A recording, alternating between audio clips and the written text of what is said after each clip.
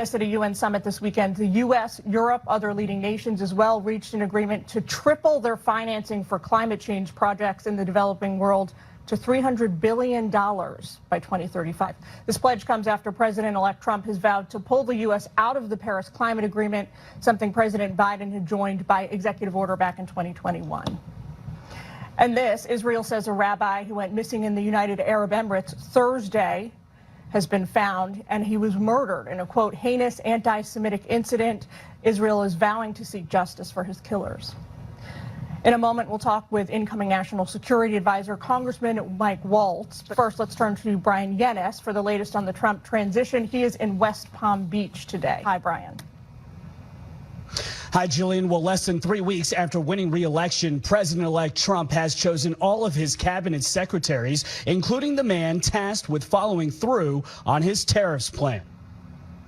President-elect Trump tapping billionaire hedge fund manager Scott Bessent as his pick for Treasury Secretary. As the administration's top economic official, Bessent would be tasked with implementing Trump's tax cuts and raising tariffs on foreign goods, a strategy he defends. Donald Trump is a free trader at the end of the day, and it's a strategy escalate to de-escalate. The pick comes despite Elon Musk publicly criticizing Bessent as a business-as-usual choice. Trump's now completed picking his cabinet secretaries, tapping America First Policy Institute founder Brooke Rollins as his agriculture secretary, pro-union Republican Congresswoman Lori Chavez-DeRemer as his labor secretary, and Project 2025 co-author Russell Vought to lead the Office of Management and Budget.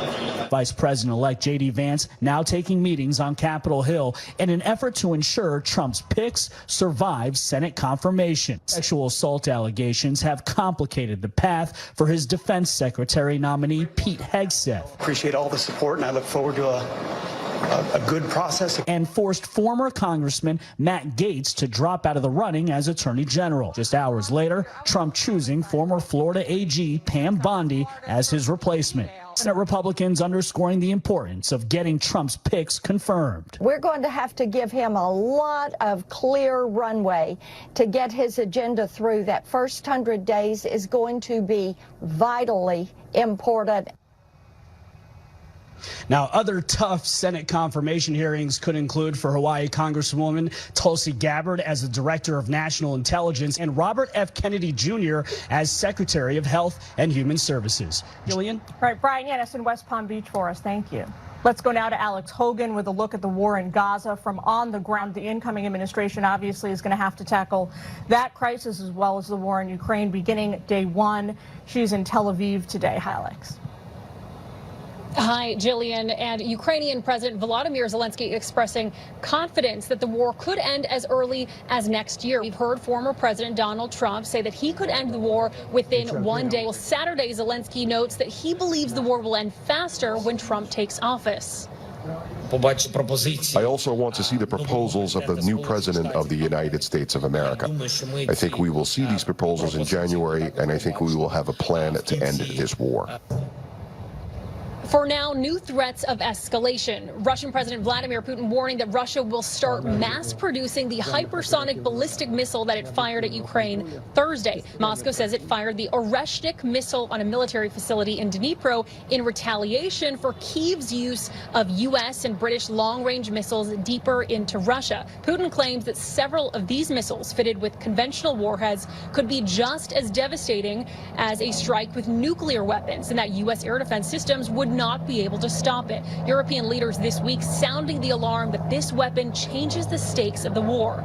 NATO and Ukraine will hold emergency talks on this on Tuesday. Meanwhile, here in the Middle East, new fallout over the ICC arrest warrants for Israeli Prime Minister Benjamin Netanyahu, as well as his former defense minister and one of the leaders of Hamas.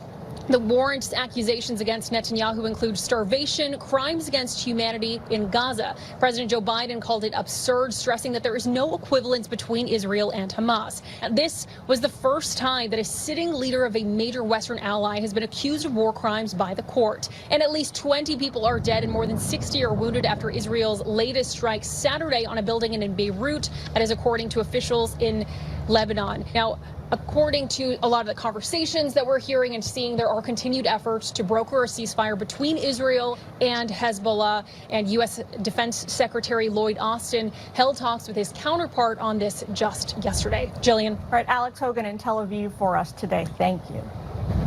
Joining us now is Florida Congressman and incoming National Security Advisor Mike Waltz. He is the first combat decorated Green Beret ever elected to Congress. Congratulations, sir, on your new appointment. National Security Advisor is a tremendous job. It's going to see you working every single day, just down the hall, maybe 100 feet or so from the Commander-in-Chief. So let's go ahead and dive right into foreign policy, the big topics of the day. President Biden, as you know, this week approved Ukraine's use of U.S.-made long-range missiles in Russia, which they immediately deployed. Russia then responded by using a new kind of experimental ballistic missile with multiple warheads. Take a listen to the Pentagon. This was a new type of lethal capability that was employed on the battlefield. So that's certainly of concern to us. The modern air defense systems in the world and the anti-missile defenses created by the Americans in Europe do not intercept such missiles. Congressman, was this a good move by the Biden team this week, and how concerned are you about this new Russian weapon on the battlefield? Well, thanks, Jillian. Thanks for having me on. Look, this is a clear escalation, and the concern has been, where is this escalation going? This was in response to, in large part, to North Korea sending troops. We've now responded by allowing these strikes deeper into Russia. I want to be clear that they are hitting things like supply depots and airfields and pushing the Russian offensive back. They're not going all the way to Moscow or St. Petersburg. But where is all of this escalation going? Now, South Korea is talking about somehow getting involved. And President Trump has been very clear about the need to end this conflict. And so what we're need to be, that's what we'll be working with this administration till January and then beyond. And I also want to be clear on one thing, Jillian. Jake Sullivan and I have had discussions. We've met. For our adversaries out there that think this is a time of opportunity, that they can play one administration off the other, they're wrong. And we are hand in glove. We are one team with the United States in this transition. That's good to hear, certainly. President Biden, also seemed to reverse one of his own policies this week when he authorized Ukraine to use anti-personnel landmines in the ongoing ground war. He is getting fierce pushback now from human rights groups who are saying these landmines are now going to lie in wait to kill and maim civilians for years to come. Take a look at this from Amnesty International. One of their top officials says it's devastating and frankly shocking that President Biden made such a consequential and dangerous decision just before his public service legacy is sealed for the history books. What do you think? Well, these mines are the type that you can turn on, turn off. They're smart mines, but at the same time, it is a step towards somewhat solidifying the lines, and we also needed to stop Russian gains. So there's a number of factors involved there, but again, one side escalating, the other side escalating. This needs to be within a broader framework to end this conflict. It is, Jillian, it is just an absolute meat grinder of people and personnel on that front. It is more like World War I trench warfare. President Trump is incredibly concerned about the carnage that is taking place there. And again, how do we restore deterrence and how do we bring peace? We met with the European NATO Secretary General. The Europeans will clearly be a key part of that. All of our allies and partners need to be carrying this burden going forward. And of course, our energy policy will be a key component with Governor Bergrum and his National Energy Council, and how the United States is blessed with, as the president said, with oil and gas that we can be using not only to our economic advantage here at home, but as a leader around the free world. Surprisingly, we have not heard from the president-elect himself on this escalation in Russia's war in Ukraine this week. I say surprisingly only because he tends to weigh in on pretty much everything these days, either in person or on social media. Do you know what his reaction is? Well, the president-elect has been very concerned about the escalation and where it's all going. If North Korea has made this move, we have made a move. Russia has now responded. Iran is involved. South Korea is thinking about getting involved. Our allies have now, extended the range of their missiles as well. So we need to bring this to a responsible end. We need to restore deterrence, restore peace, and get ahead of this escalation ladder rather than responding to it. So on that note, as you well know, let's turn to Israel real quick. The Biden team has always insisted that a negotiated end to the war in Gaza is the only way forward. We also know that the president-elect and his, top advisors often feel that these sort of swift military victories are the better way to bring about the ends of wars. How do you see the conflict in Gaza and more broadly in the Middle East coming to a close? Well, look at the strength and the grit that the Israelis and Prime Minister Netanyahu has shown.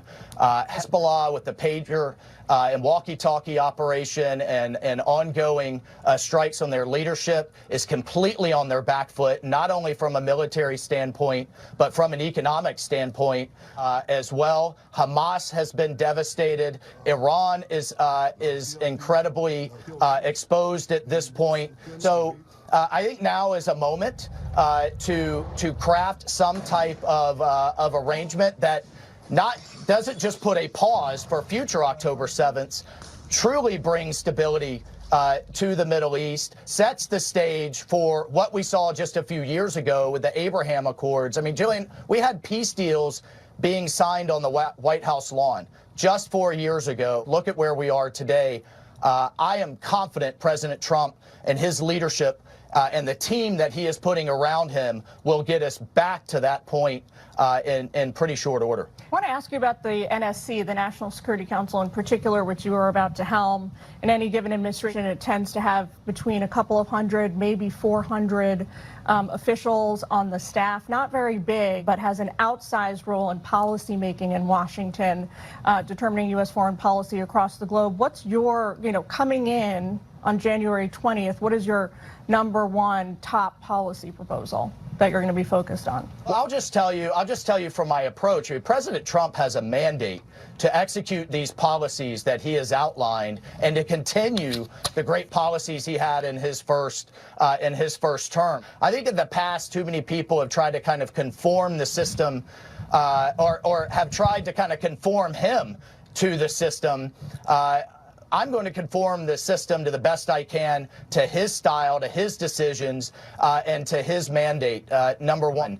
#2, for example, we were just talking about the Middle East. Well, a key component of that are Americans being held hostage, and we need to start imposing costs for those that hold hostages rather than reacting and seeing benefit. #3, the border, the Western Hemisphere, working with that team to get it under control.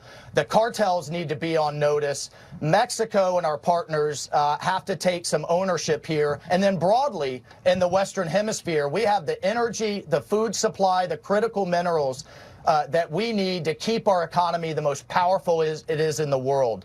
And finally, on China, that is going to be much more of a conversation about the strength of our economy, the strength of our markets, how to bring those supply chains back home, from critical minerals to energy to pharmaceuticals in that competition. And President Trump is going to lead the way on all of those issues.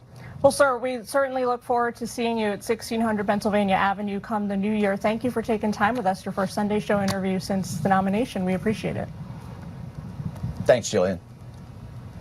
Well, Republicans are gearing up now to take control of both chambers of Congress and the White House in the new year. We're going to ask incoming Senate Majority Whip John Barrasso about the GOP's legislative game plan, and Senator John Fetterman of Pennsylvania how Democrats are plotting their path forward now in the minority. We'll also get their reaction back this week with the withdrawal of Matt Gaetz for Attorney General. Politico playbook noting, quote, Senate Republicans were the proverbial straw that broke the camel's back. Here, they back-channeled to Trump and his advisors about their concerns. They made clear that Gaetz was unlikely to get confirmed. It shows that the Senate GOP might actually be a soft check on the leader of their party when they feel like he is going too far.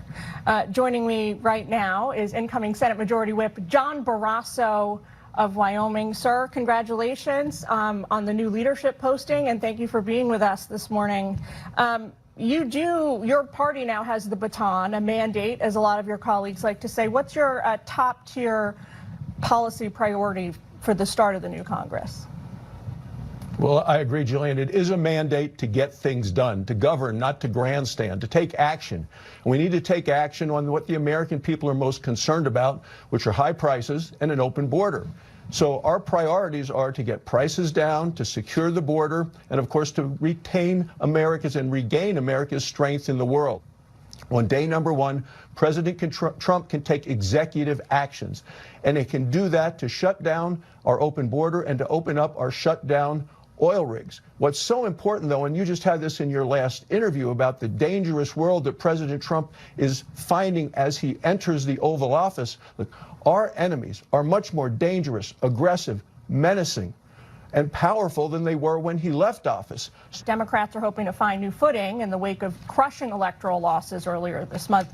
Here's Wall Street Journal columnist Peggy Noonan on the Democrats' very real struggle right now. They ought to be thinking about the meaning of their party right now. That party had stood, I think, on 3 pillars. One, it was the party of the little guy. The other is that it was the party of anti-war. The other is it was the party of very generous spending. But the Trumpian Republican Party has taken those issues, at least for now. So let's bring in Democratic Pennsylvania Senator John Fetterman. Sir, very excited to talk to you. Thank you for jumping in when Senator Barrasso's feed has gone down on short notice. Noonan there offers the perspective that the Trump GOP has sort of usurped some of the founding cornerstone pillars of the Democratic Party. Do you think she has a point? Yeah, well, one area where we kind of lost ourselves was the border. And I've been on this network, months ago saying, hey, it can't be controversial for our party to be pro-immigration, but we need a secure border. And when we ask or demand people to not believe what they see and see those kind of numbers that's not a problem, it's like, well, then you lose about that 100%.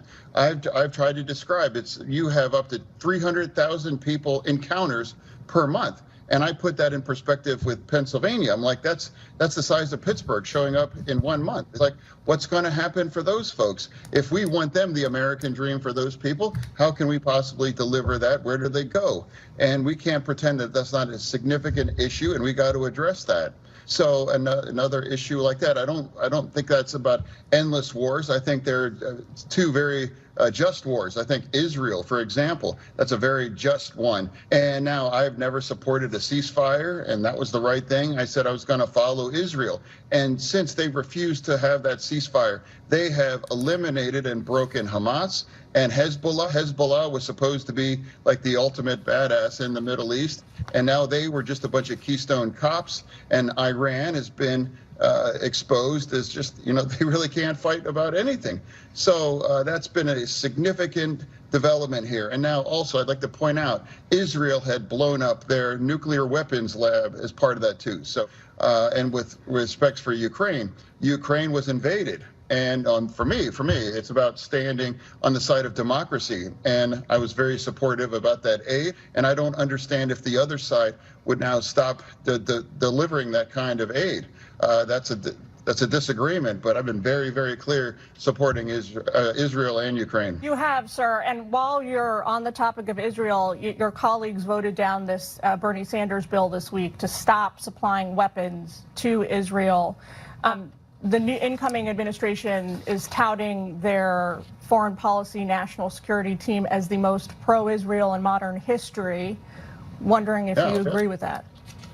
Yeah, no, well, I mean, it was a pleasure to vote a big no on all those threes with my colleague from Vermont. I don't understand why anybody would bring that to the floor, but hey, if they want to go down, 80, 18, 19, that's up to you. But in terms of the incoming administration, I actually like what I see in terms of being a very, very strong pro-Israel through that. And I fully support that through that too.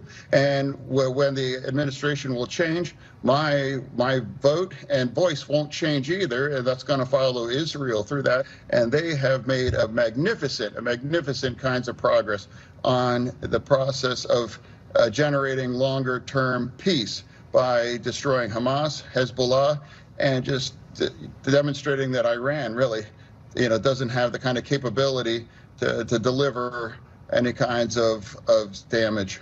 You indicated, Senator, this week, at least it seems to me, correct me if I'm wrong, that you're open to supporting two of Trump's cabinet nominees so far, Marco Rubio for Secretary of State and Dr. Mehmet Oz for the CDC. Is there anybody else on his cabinet list that you think you might get behind? And then on the other side, is there anyone on your sort of over my dead body list?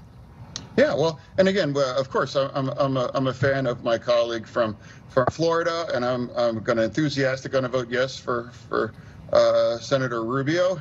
And then, with Dr. Oz, I mean, everybody understands that we ran in the same cycle, and it got kind of ugly. And I don't have any kind of bitterness. And I just expressed I'm open to a dialogue to hear what he has to say about these things. I'm not sure why that's controversial to say, hey, I think I saw a great from Bill Maher. He just said, I'm not going to pre-hate. I'm not going to pre-hate a lot of these things. And I'm not going to pre-hate this. I'm going to have an open conversation for anyone that I'm open to having part of that conversation.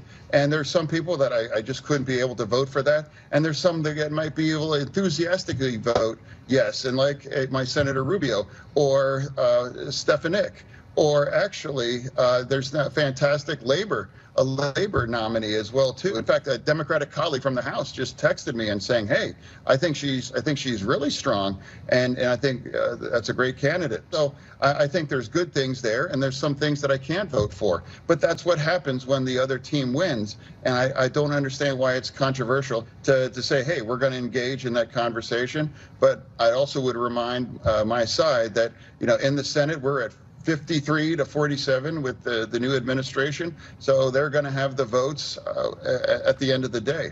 I think you're talking about Congresswoman Lori Chavez-DeRemer for Labor Secretary there, a clear nod on the Trump administration's part to, pro-union sentiment. When you look ahead, Senator, more generally speaking now, at your party's future, does a clear Democratic leader or a pool of new generation leaders emerge? Or are you a lot of folks that thought maybe Hakeem Jeffries, but now that they lost the House, I don't know if he's still in play. No, I mean I don't look for like a leader in my party. It's just like, hey, we're just going to keep doing what we're doing here. For me personally, in the House, in the Senate. So I just want people to understand. Before the election, I tried to describe that if Trump wins and if we don't show up, now he's going to get the House and the majority.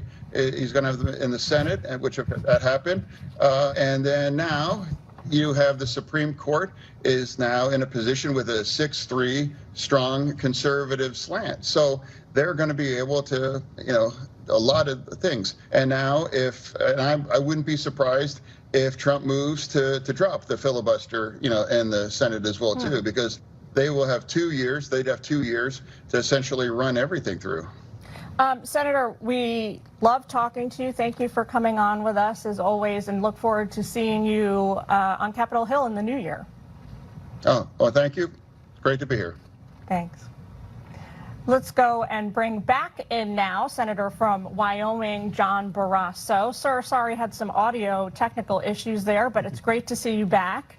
Let's pick up where we left off with you a moment ago. You tweeted this week after meeting with incoming President Trump's nominee for Secretary of Defense, Pete Hegseth, that, quote, we had an excellent discussion about the need for America's military to remain the best in the world. I look forward to Pete's hearing and a vote in the Senate. in January. I bring this up because you mentioned a confirmation hearing. I'm curious if maybe you're now becoming sort of inclined towards confirmation hearings rather than the recess appointments that the leadership has agreed to for the incoming president. Well, President Trump has made wonderful choices for his cabinet. It's a complete list. These are people that are going to work to get America back on track across the board. And every one of them is going to have a hearing, a fair process, and then what they're going to have is a timely vote in the United States Senate. We want to get that cabinet in place quickly. What we know is that in the past, when President Obama came into office, when President Clinton, they had most of their cabinet in place by the end of January. We plan to do the same thing with President Trump. A number of us have actually been meeting with some of the nominees. I've had a number of meetings this week. We're coming in, actually, the Republicans in the Senate take over on January 3rd.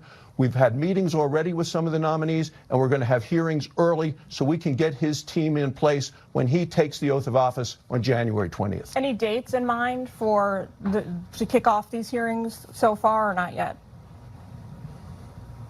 Well, after we come into the majority, we'll move ahead. But the president has made excellent choices across the board. This is a group that can get America back on track and also help drain the swamp. Look, President Trump, when he was there the last time, was a little slower than nominees, much faster now. These are people who are fighters. They're going to be fearless in draining the swamp. They're going to get the country back on track.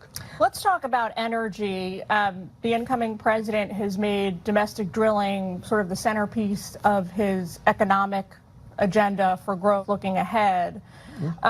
We know that him and his incoming energy secretary, Chris Wright, have indicated that they would like to see sort of the rebirth of the Keystone XL pipeline. A lot of folks, though, are saying it might be something that's easy to talk about, not so easy to accomplish. Here's Jane Kleeb, the chair of the Nebraska Democratic Party. She says they can try, but they'll be starting from scratch. When the federal permit got revoked, we didn't just celebrate. We went all the way through the court system to make sure that the easements were returned to landowners. Do you still, sir, hold out hope for the promise of a Keystone XL pipeline, or is this more lip service on the part of the incoming team to get the drill baby drill mentality in action again, as President Trump says? Well, let's take a look at the big picture. If you want to actually lower prices across the country, energy is the place to start. And energy security is national security, it's economic security. We have massive amounts of energy in this country. I'm in Wyoming today, which is America's energy breadbasket. The last 4 years, Jillian, these radical climate elitists, what they've done is put a noose around the neck of American energy. And what we need to do right now is get that noose removed, and we've done it with the election of President Trump. But this is the reason people have been paying 20, 30% more to heat their houses or to fill up their gas tank. And the people that the president has nominated for energy, they know how to take the handcuffs off of American energy and get the American energy economy pumping again. The sooner we can get them confirmed, the better it's going to be to get prices down. Look, I'm heading to the Persian Gulf for Thanksgiving with Wyoming National Guards. What we need to do is use American energy. We shouldn't be dependent upon sources around the world. If past guests talk about that, we have strong, hardworking American energy workers here. They do it cleaner, better than any place else in the world. They're ready to get back to work. Senator, the incoming president this week floated the idea or the possibility of using the U.S. military's might to help implement his mass deportation plans for illegal immigrants. He wrote on Truth Social, true, in response to reporting that he is prepared to declare a national emergency and use military assets to reverse the Biden invasion through a mass deportation program. Some of your colleagues pushed back on this idea, Rand Paul and Kevin Cramer. We're wondering if you think it's a good idea. Well, I support the president. We have a national security crisis in this country right now because of our open border. And when he declares it a national emergency, he can appropriately use the military. There are over 10 million illegal immigrants in the country right now. We are talking about drug dealers, people in criminal cartels. These are folks who have actually been murdering, raping, poisoning American citizens.